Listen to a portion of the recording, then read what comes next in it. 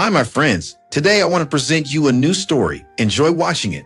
I should have known love had conditions.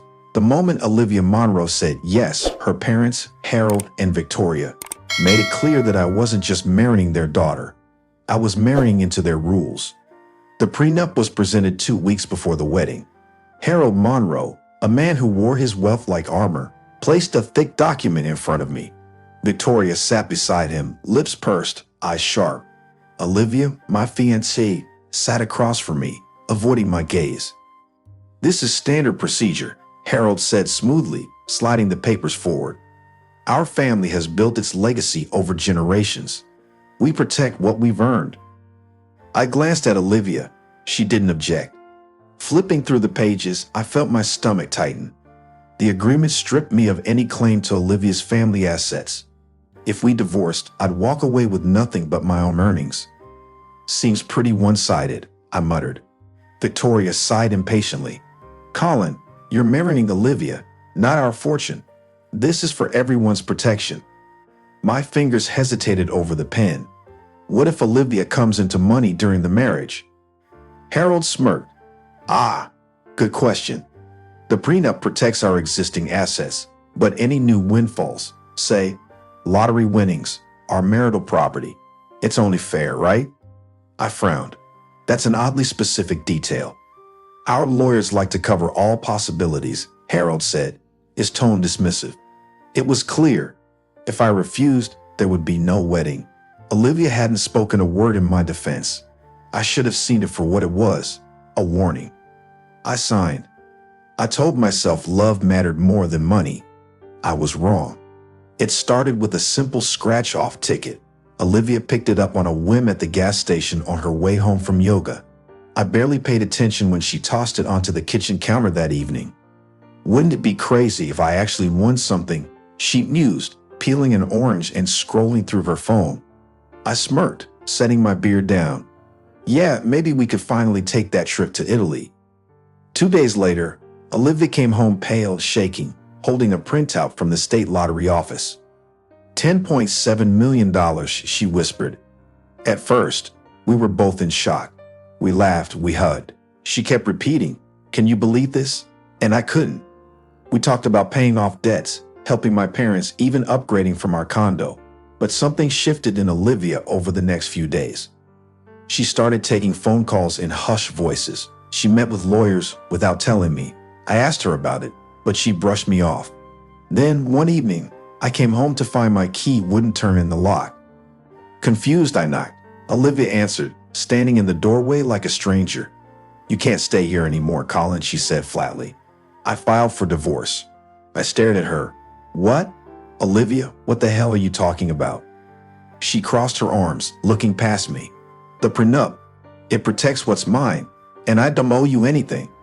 I felt like the ground had vanished beneath me. My wife was throwing me out like yesterday's trash. And then it hit me. "The lottery," I said slowly. "You think the prenup covers it?" She stiffened. "It does cover it." I let out a breathless laugh, more out of disbelief than humor.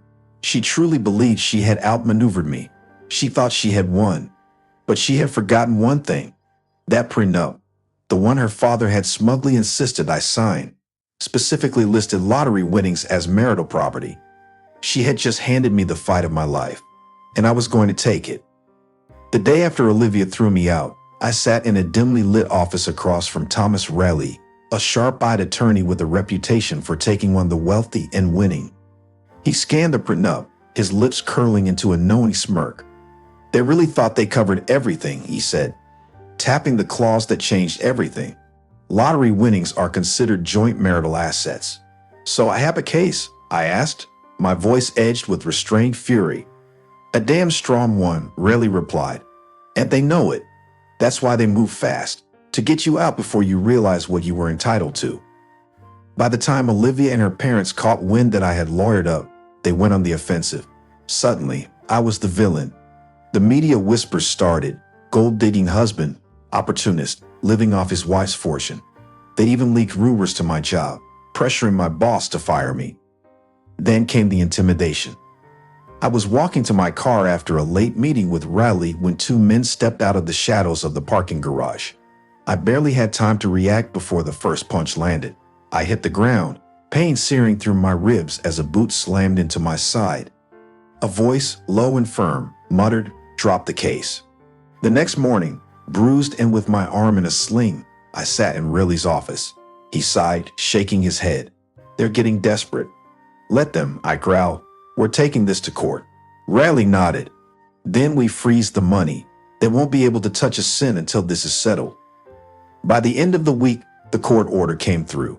Olivia's family couldn't hide, transfer, or spend a dime of that $10.7 million. The battle had truly begun.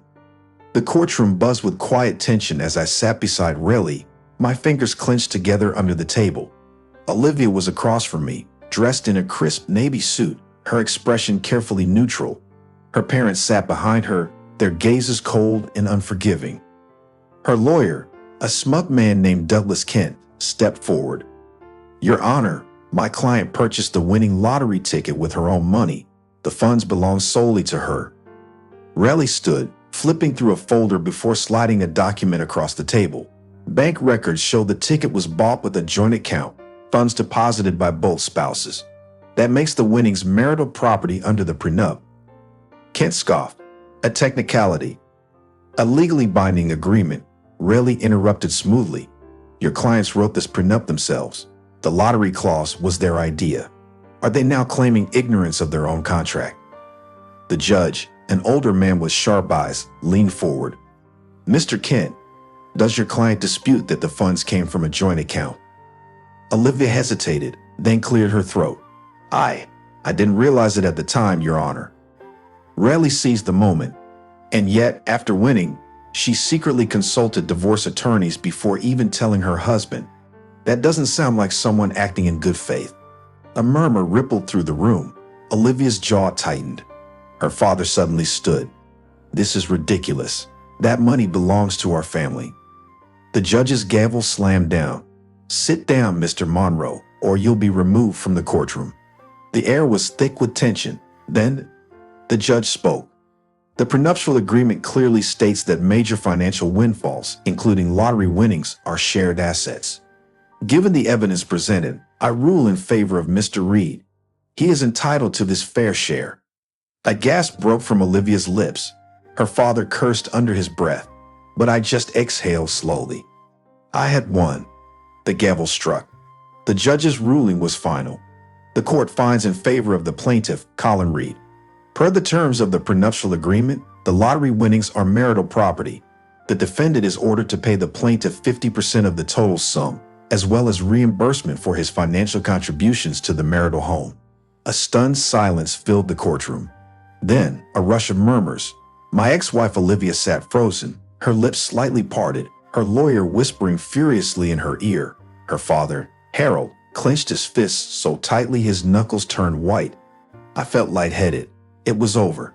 I had won. Outside the courthouse, my lawyer Riley clapped me on the back. "Hell of a fight, Colin.